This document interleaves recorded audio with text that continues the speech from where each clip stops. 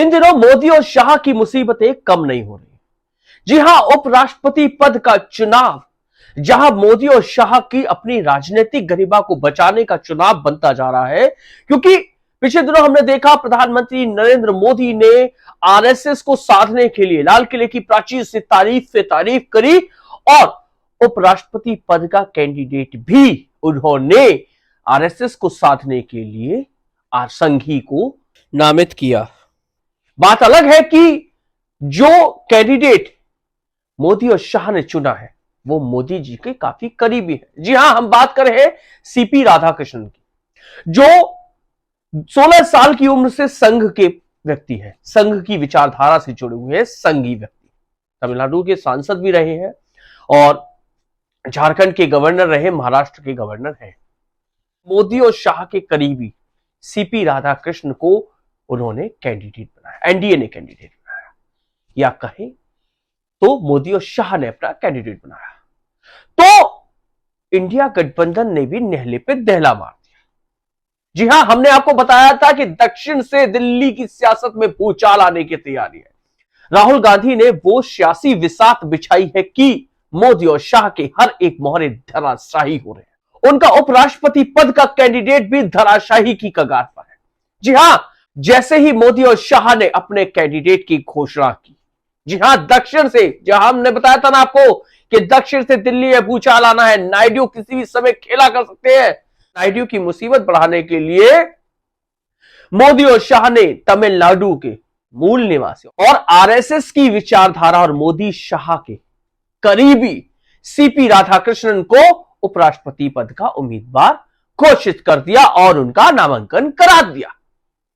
लेकिन वहीं India alliance ने, राहुल गांधी ने और समूचे विपक्ष ने आंध्र प्रदेश यानी दक्षिण से आने वाले सुदर्शन रेड्डी, जिनका राजनीतिक कोई बैकग्राउंड नहीं है, जो जज के तौर पर अपनी सेवाएं दी और उसके बाद रिटायरमेंट की लाइफ वो व्यतीत कर रहे हैं, उनका राजनीति से कोई सरोकार नहीं, उन्हें कैंडिडेट बनाया। आपको सुदर्शन रेड्डी के थोड़े से कार्यकाल के बारे में बताते हैं।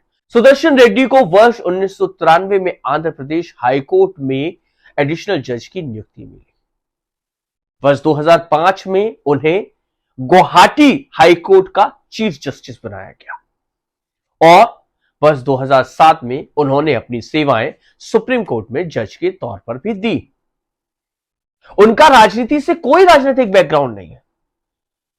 और लेकिन उसके उलट यदि एनडीए के कैंडिडेट की बात की जाए, एनडीए के प्रत्याशी की बात की जाए, सीपी राधाकृष्णन, उनका बीजेपी से, उनका आरएसएस से और उनका राजनीति से लंबा चौड़ा इतिहास है।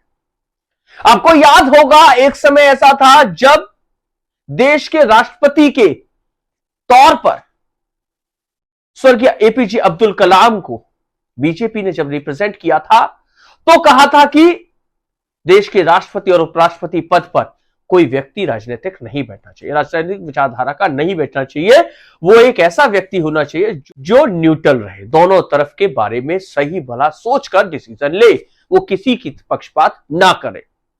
वही विचारधारा रखने वाली बीजेपी शायद अपनी उस विचारधारा से भटक चुकी है, क्योंकि मोदी और शाह को वो व्यक्ति चाहिए जो उनकी बात माने। जी हां, चाहे वो जयदीप धनखड़ हो, चाहे वो सतपाल मलिक हो, सबको मोदी जी की छत्र छाया प्राप्त थी, क्योंकि जब तक वो मोदी जी के गुणगान गाते रहे। जैसे ही सतपाल मलिक ने मोदी जी के गुणगान के खिलाफ कुछ बोलना शुरू करा, उनको हटा दिया गया। जैसे ही जयदीप धनखड़ ने मोदी जी के खिलाफ कुछ बोलना शुरू करा या उनके विचारों से असहमति जताई, तो उनसे एकाएक इस बार वर्ष 2025 में मानसून सत्र के पहले दिन सुबह से लेकर शाम तक ऐसा क्या घटित हुआ कि उनको शाम होते होते इस्तीफा देना पड़ा। और इस्तीफा देने के बाद से आज तक उपराष्ट्रपति कहां है ये किसी को नहीं पता। उनका फेयरवेल तक नहीं होने दिया मोदी और शाह की गवर्नमेंट ने, यानी बीजेपी ने। समझने वाली चीज है, इस देश के उपराष्ट्रपति कहां गायब है किसी को नहीं पता। उनका फेयरवेल तक नहीं होने दिया, समझने वाली। और उसी पद पर अब चुनाव हो रहा है। और चुनाव किस तरीके से हो रहा है? उस चुनाव से पहले मोदी और शाह हर तरह के हथकंडे अपनाने की कोशिश कर रहे हैं। सूत्र यह भी बताते हैं कि आरएसएस इतने पर भी मोदी और शाह के साथ नहीं खड़ा। मोदी और शाह से अभी भी आरएसएस नाराज है। भले ही मोदी और शाह ने आरएसएस को साधने के लिए, मोदी ने आरएसएस को साधने के लिए लाल किले की प्राचीर से 100 वर्ष के कार्यकाल पर, आरएसएस के 100 वर्ष के कार्यकाल पर लंबा चौड़ा भाषण दिया हो, आरएसएस यानी संघ के खास कोर संघी को उपराष्ट्रपति पद का प्रत्याशी बना दिया हो, लेकिन मोहन भागवत शायद इस बार मोदी और शाह यानी गुजरात लॉबी से पूरी तरीके से खफा है।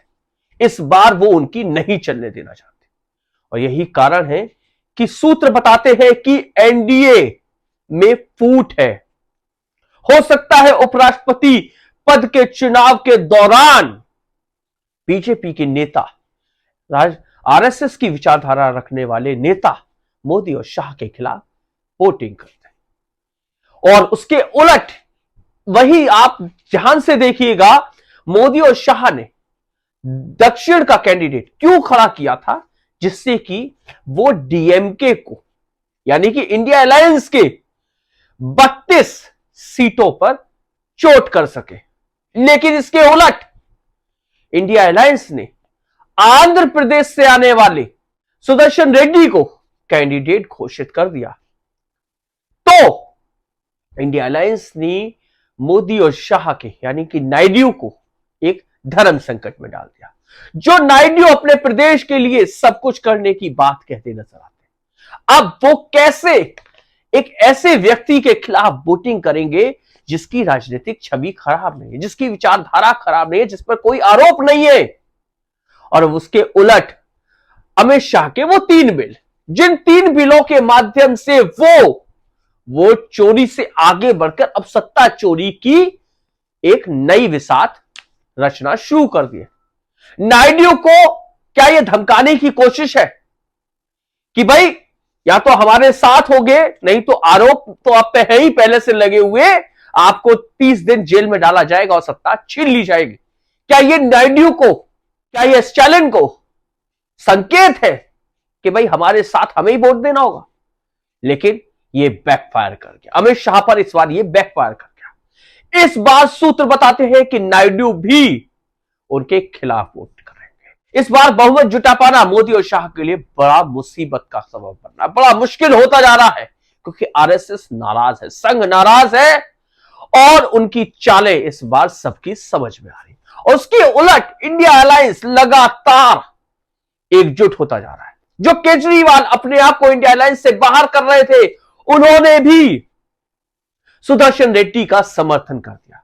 उन्होंने भी कहा है कि हम पढ़े लिखे आदमी को, जो जुडिशरी से रिटायर हुए हैं, उनको उपराष्ट्रपति पद पर बैठाना चाहते हैं, हम उसके फेवर में समर्थन करेंगे। तो समझने वाली चीज यह है कि मोदी और शाह जिस विसात को बिछाने की कोशिश कर रहे हैं, जिस राजनीतिक विसात पर वो अब तक खेलते हुए आए हैं, अब उसके मोहरे एकाएक करके गिरते नजर आ रहे हैं।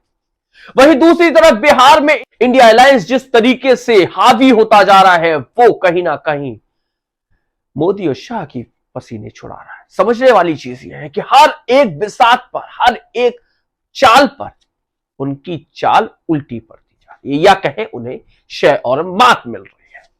बहरहाल इस सब पर क्या होता है, 9 सितंबर को किस तरीके से रिजल्ट घोषित होते हैं, कौन उपराष्ट्रपति बनता है, यह देखना बहुत ही दिलचस्प होगा, क्योंकि मोदी और शाह अपने हर तरीके के हथकंडे अपना चुके हैं। इस सब पर हम निगाह बनाकर रखेंगे। यदि आपने मेरे इस चैनल को लाइक नहीं किया तो लाइक कर दीजिए, सब्सक्राइब कर दीजिए, जिससे कि मैं गौरव यादव बेबाक अंदाज में आप तक की खबरें पहुंचाता रहूं। नमस्कार।